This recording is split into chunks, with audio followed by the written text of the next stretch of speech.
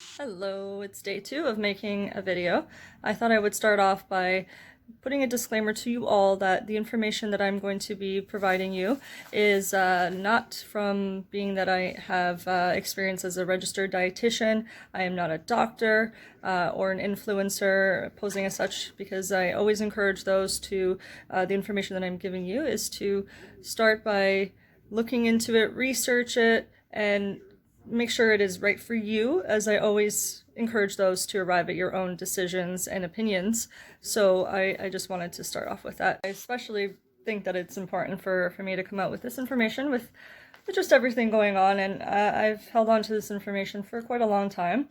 However, it's not something I've conjured up in a cauldron and it's a secret recipe or something, but it's available to everyone online. It's just something that maybe not everybody can know what to look up and need pointers. So I thought I would start off with that. Okay, so what I want to start off with is an essential supplement that I take often. However, I will admit that I definitely do not keep up with it as much as I'd like to, but I've been making sure to get back on top of it, because for a while there before, when I was on top of it, my blood work was optimal with the vitamin D levels. So this really shows, in my opinion, a helpful supplement for our system, and that would be vitamin D3 drops. And I like to definitely give the encouragement away from the tablets, as sometimes our bodies cannot break down capsules.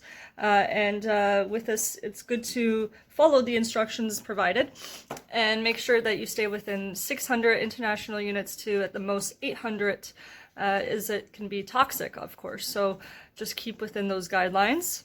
I wanted to add with liquid vitamin D is that it's important to refrigerate it all the time, for it can go bad pretty fast. And it's not cheap. It's about, here in Canada, at least here in the GTA, about $30 to $40 for that bottle size, and it can last about a month to 2 months roughly.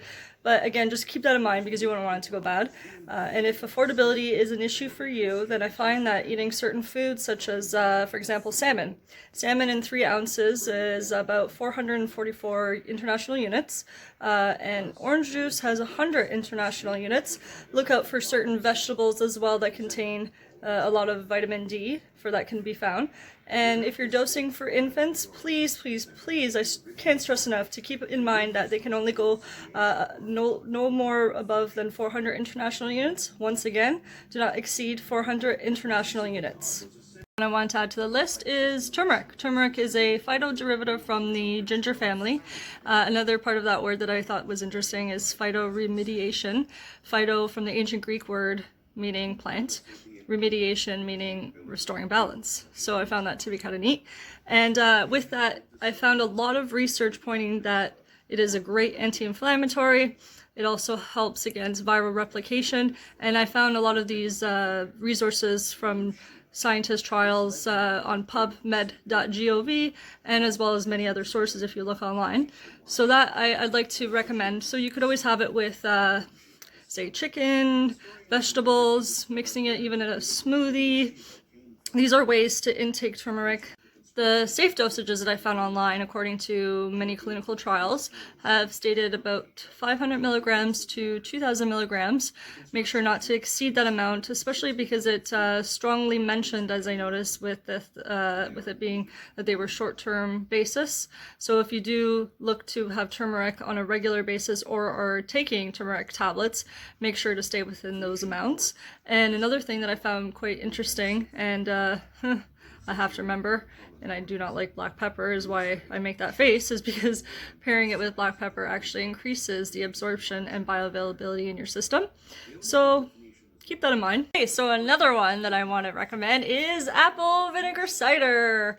And some of you may turn up your nose on this because it is smelly, but I love it. I really enjoy it in my salads, for that matter. I put it with olive oil. I do my best to have it every day. I have had no complaints, because so far my immunity has been pretty good in that way. Most vinegar is very acidic. However, apple vinegar cider rests on the pH scale between 2 to 3, and then once consumed, It is alkaline, for it contains alkaline properties, apple vinegar cider.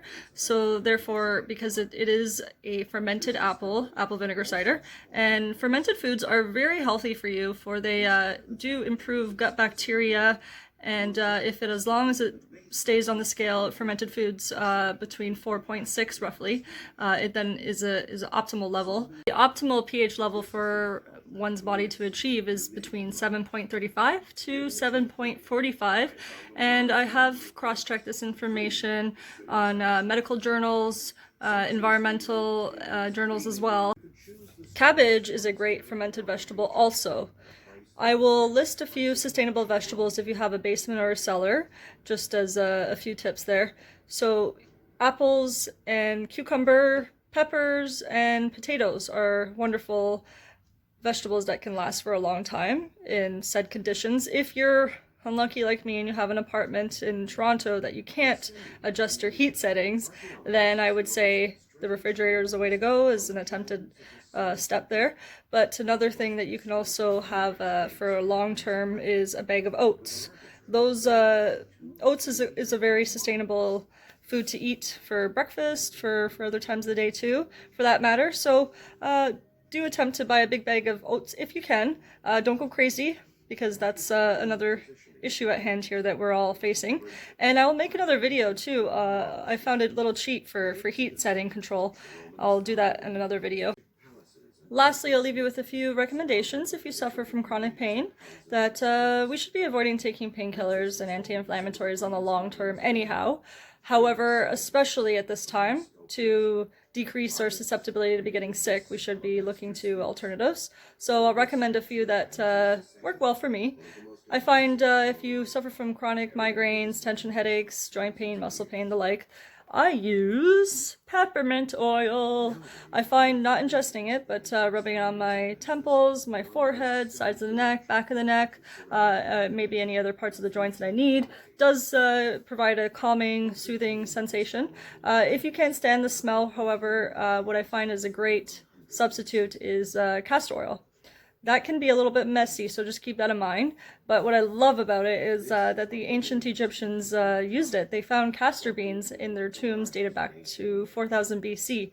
And what they would use it for is to, against eye irritation, skin irritation, and for also pain and other medicinal uses. So the ancients, in my opinion, had a lot of advanced knowledge. So most importantly, wash your hands, maintain safe distances, and I wish you all abundance and health and safety. Stay safe, stay healthy, and I wish you all the best, and blessed be. Thank you for watching my video.